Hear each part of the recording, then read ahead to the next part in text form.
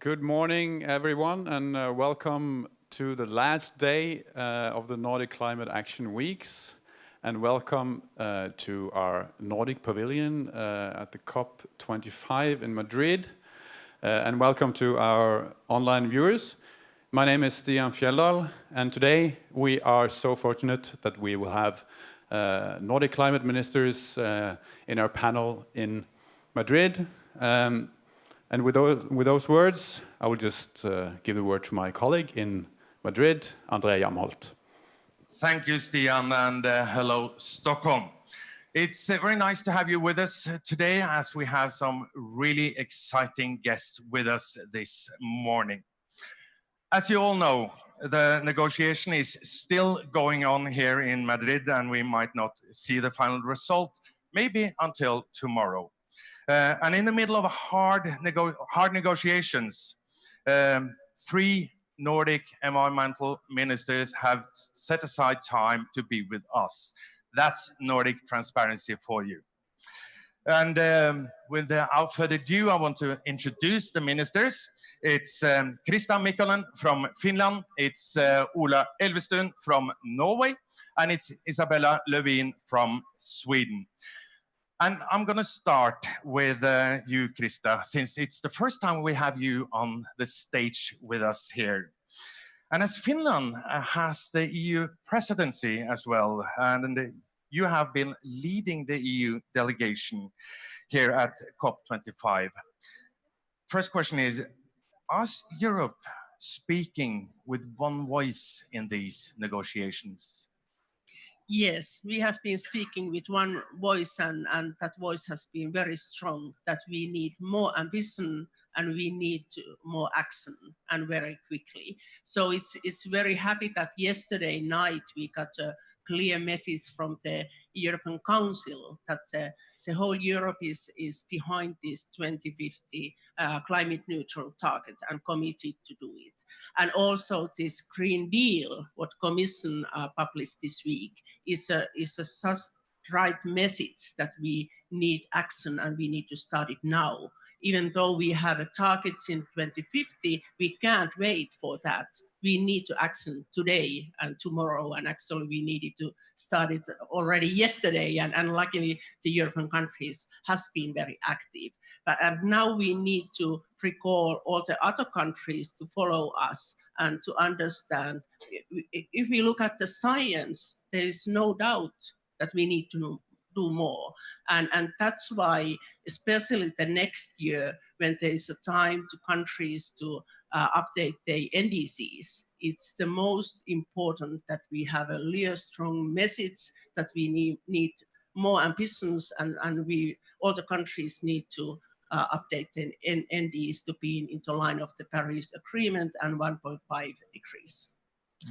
Let's move on to Norway's Minister for Climate and Environment, Ola Elvestuen.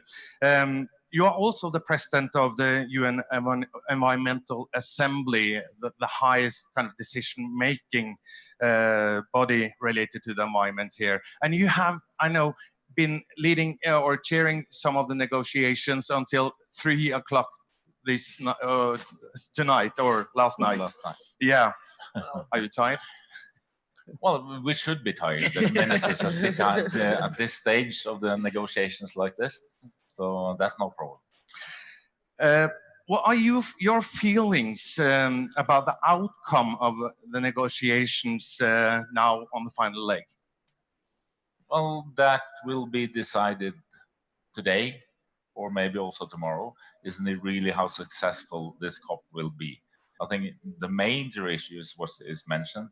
It is to have strong enough language on ambition, because that is really what the main take of this one is to give a signal to the world that during next year, nations of the world will increase their ambitions to such a level that it's possible to see that we can stay below 2 degrees and also aim for 1.5 degrees.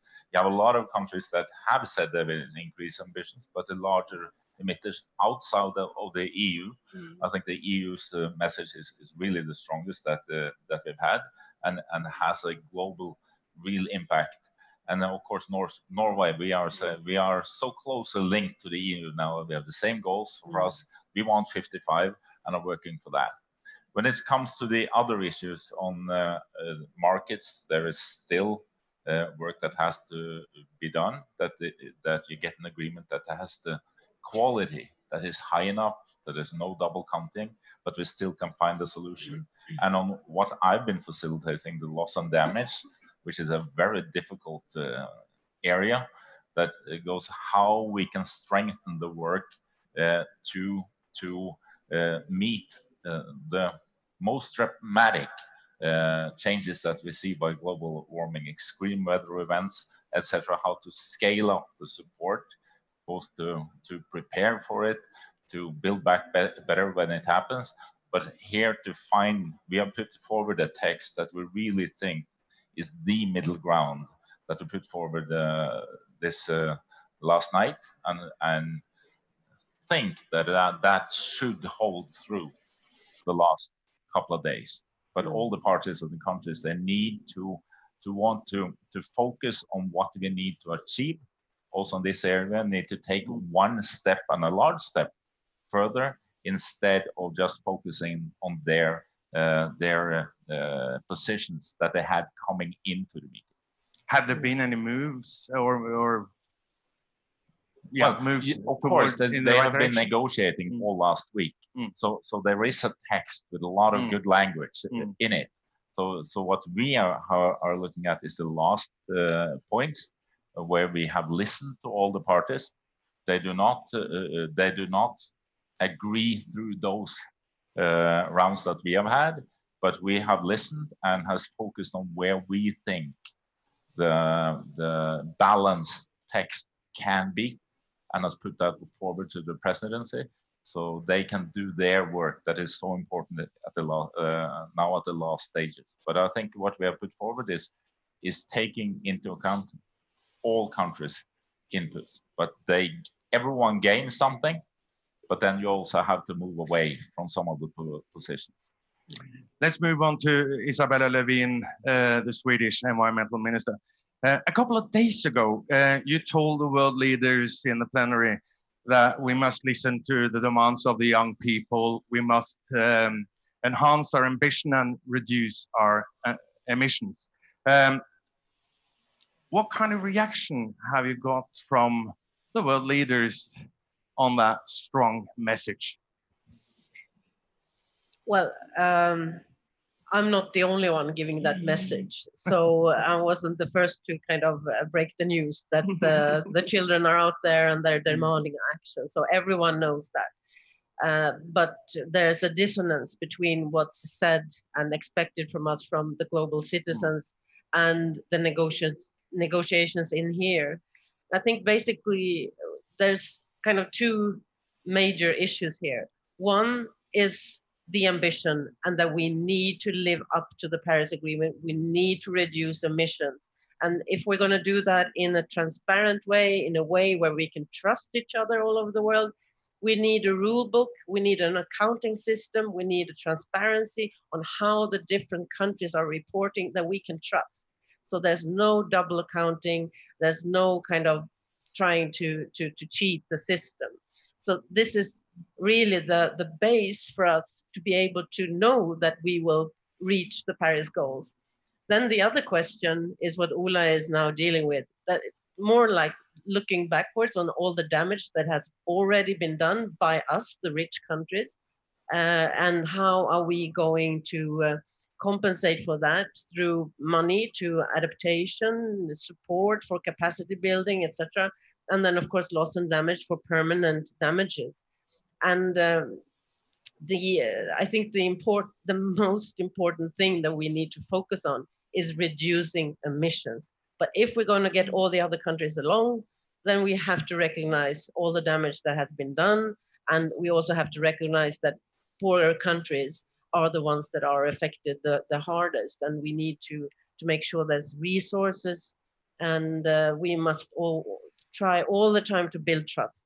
But I think what the European Union did last night, when we actually could produce an agreement that we should go for net zero emissions by mid-century, that sends a really important message to the world that we mean business. We're really serious about this.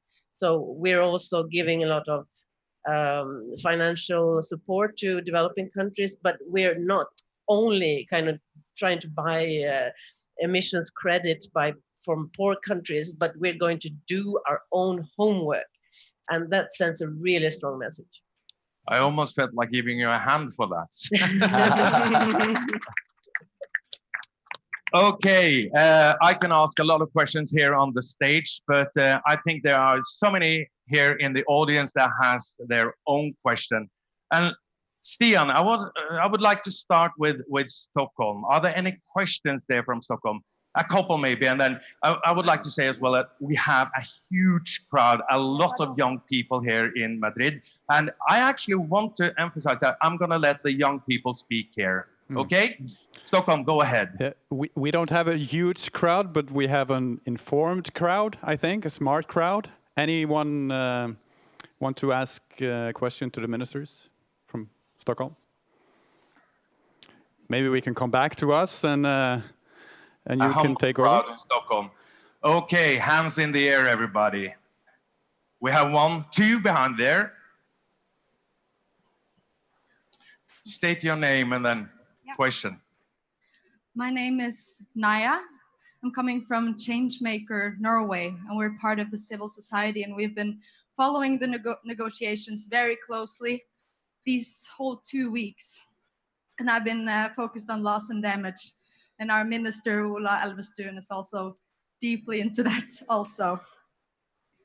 And Ola, you just told us that you've found a middle ground. And I've barely read the paper, and I've seen some very good things in there.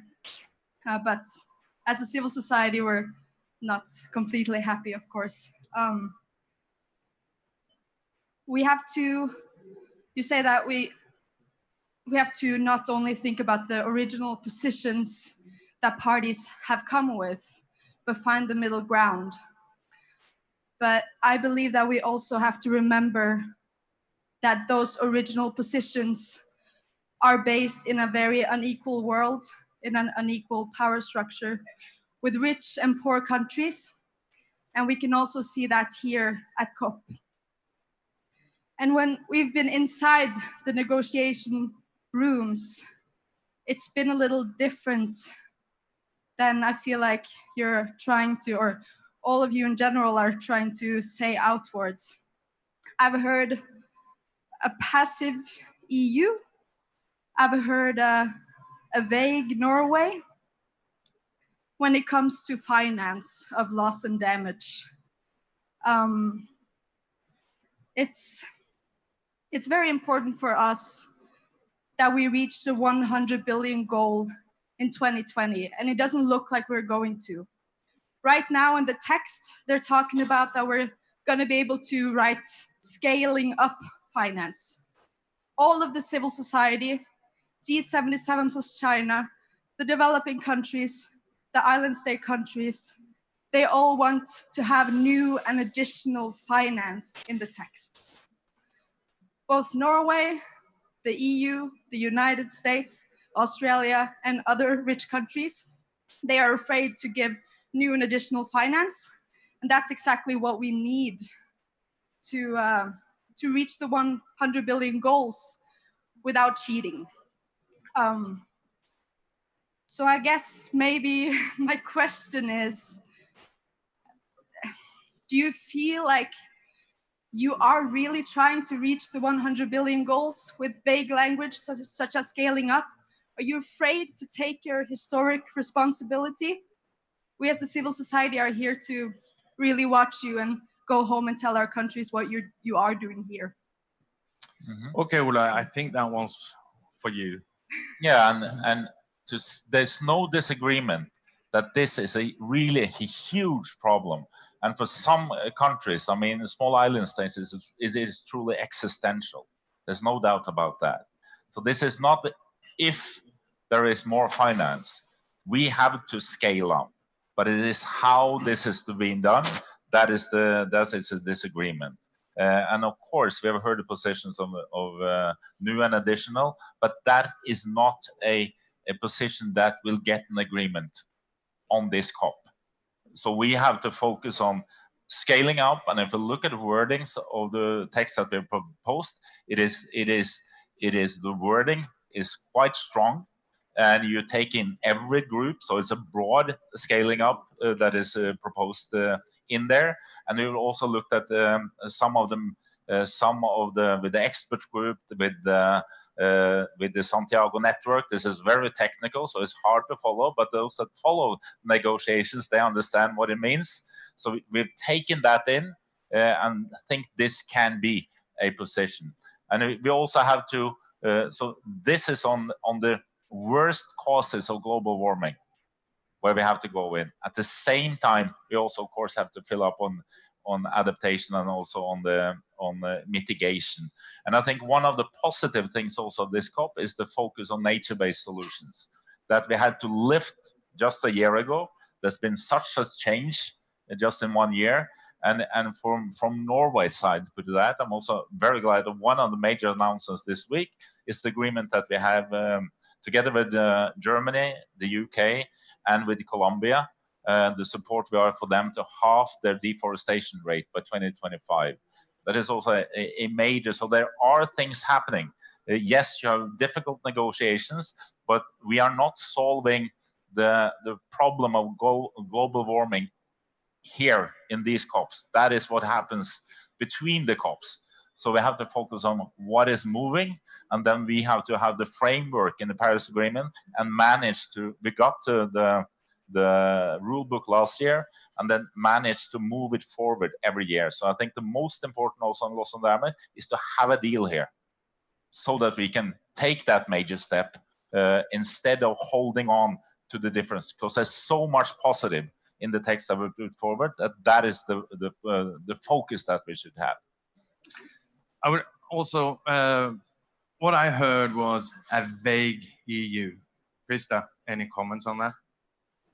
Well, when we're talking about the financing, the EU is the one who has financed the most. And for us, we do understand that we do have this historical response as well. So we need to take and make our part, that's for sure.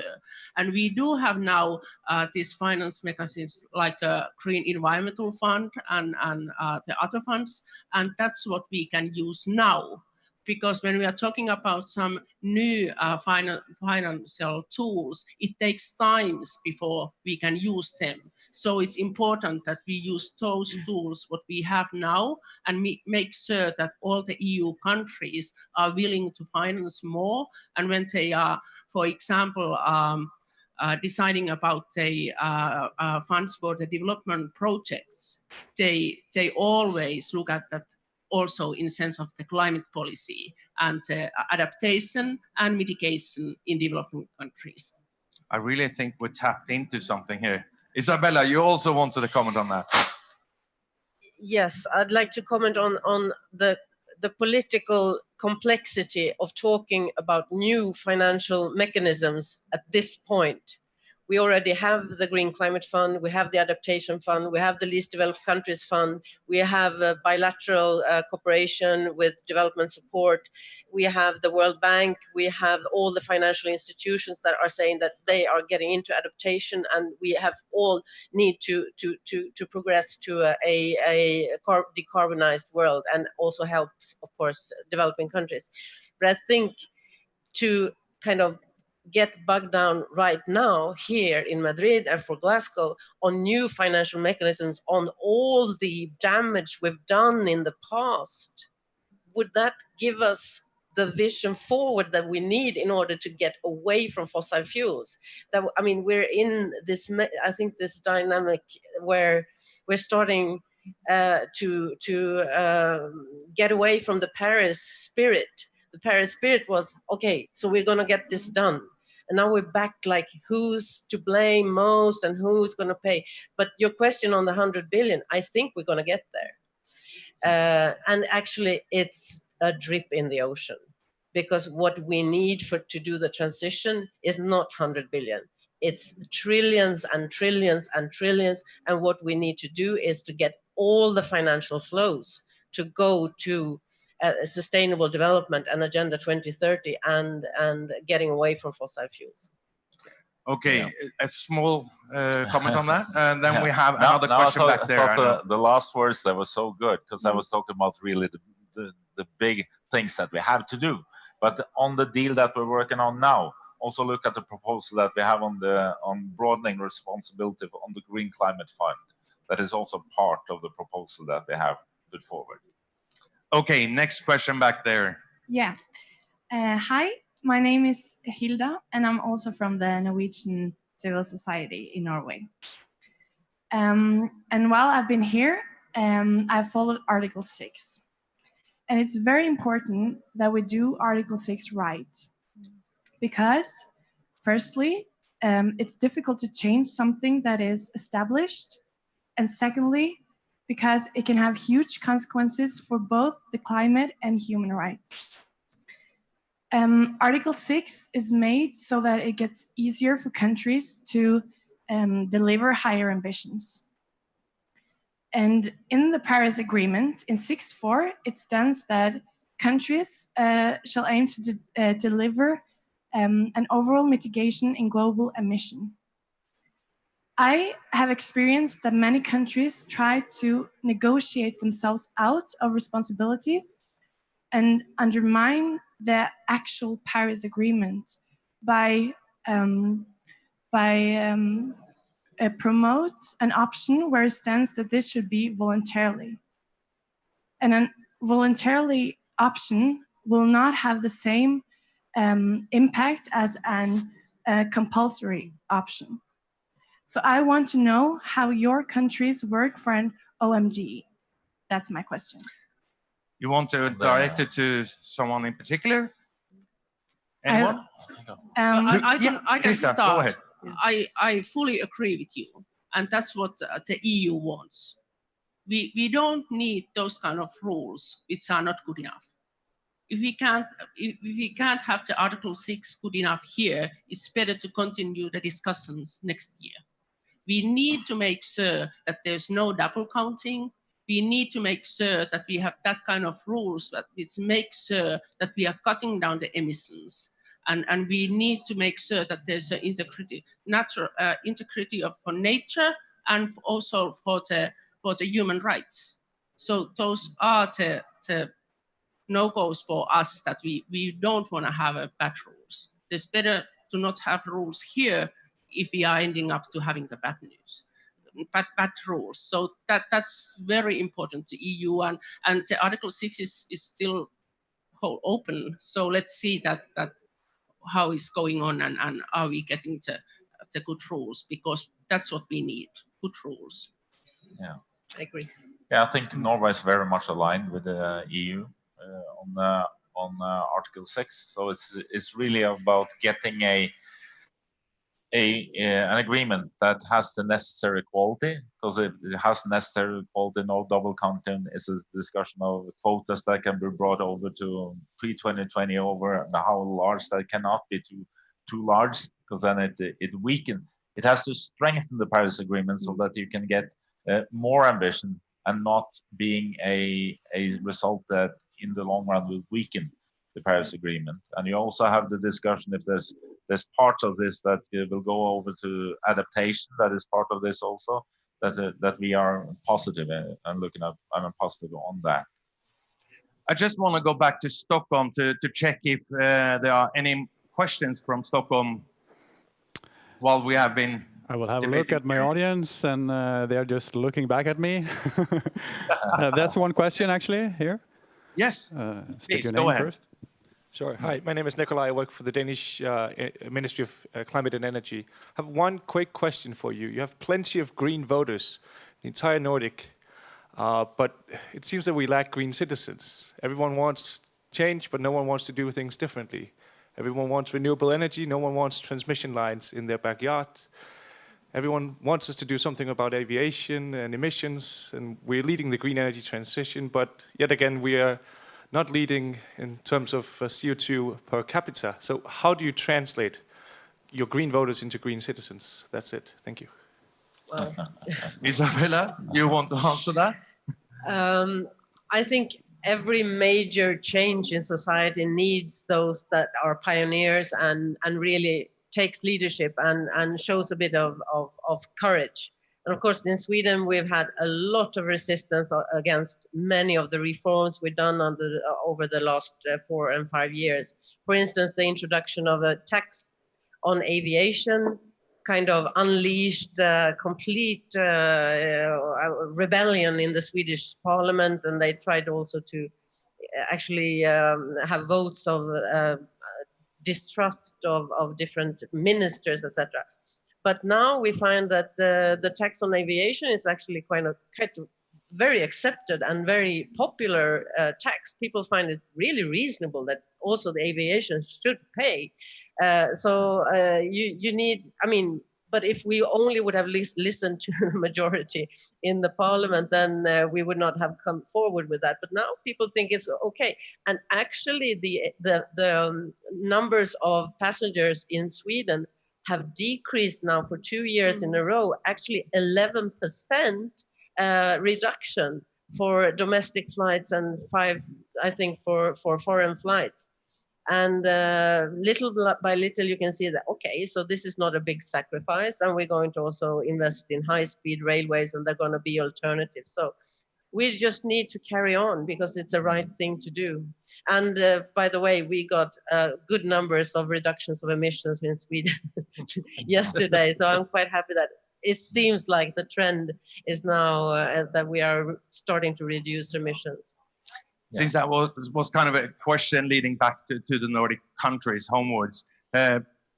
Just some months ago, the Nordic prime ministers decided on an agreement that within the Nordic cooperation that states that the Nordic region should take the lead in this green transition. We want to be the front runners.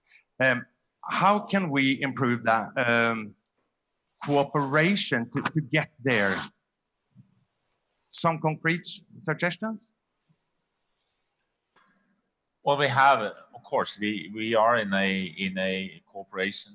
Here we are members of the EU. We are as closely aligned to the EU as is possible when it comes to the climate issues, and are now setting us the same goals. So it is to set the same goals for 55% there. But then I think we all are countries that are ahead in maybe different areas. But we need to learn from each other and cooperate on that. And I think, at least for my thing, I think there's 3 things that always work. One is to cut emissions, and we have to do it as fast as we can. 40-50% by 2030, we have to, or 55% by 2030, and also to 2050. And we need more nature, but really also to the question of where do we get the citizens? What is really challenging is that we need to establish a global market economy within the boundaries of nature. And that is the only economically sensible things to do, because everything else doesn't make sense. And for that, we need a broad cooperation also in the Nordic countries to think, where are we to be in 2030, 2050, and look what kind of Nordic area we need and want for that, with the high-speed rail lines and everything. Yes, we can do that. And actually, I mean, we're the 12th biggest economy in the world, put together the Nordic countries. And now we see Denmark, Finland, Norway, you're in there on the targets, and this is really pushing the EU as well, and getting a sense that this is possible, and we can do it, preserving our welfare states and our good economies. Okay, I know you guys are on a schedule here, but I think we have time for just one short question. Was it? No. Then back there. It has to be very, very short. Okay, the short question is like following. During these discussions, you had 3 countries that was slowing down the process for the New Deal because of that coal-fired dependence. We have all the technology with wind power, thermal energy storage to replace hot water and steam, etc. Are you arranging PPP for all the finance available in Europe to solve this issue? Or do you believe it will again be one road, one belt from China solving the issues for these countries in the investments in getting rid of the coal-fired in these 3 countries? Swedish minister, please. And then we have to round it up. Well, I'm not sure I got the question right, but we have set the targets of 100% renewable energy by 2040. We're going to pursue that. And we are also seeing an enormous expansion of wind power and renewable energy in Sweden the last few years, ever since we set that goal. And that proves that, industry is there, technology is there, innovation will be there. Once you set the political targets, that will unleash enormous investments. And we're seeing that happening right now in Sweden. Thank you for a short answer. Okay. And thank you, Krista Mikkonen, Ola Elvestuen, and Isabella Lövin for being with us here today. I know you guys have to rush off. So thank you again, and thank you to the audience here in Madrid. Stockholm, over to you. And thank you to the audience and to you in Madrid. I will just remind people that we have our daily briefing, the last daily briefing today at 2 o'clock, also online. And our guy is Henrik Hallgrim Eriksen, head of delegation Norway. And I will also remind you of our hashtag Nordic Climate Action if you want to post something in social media. And thank you for now.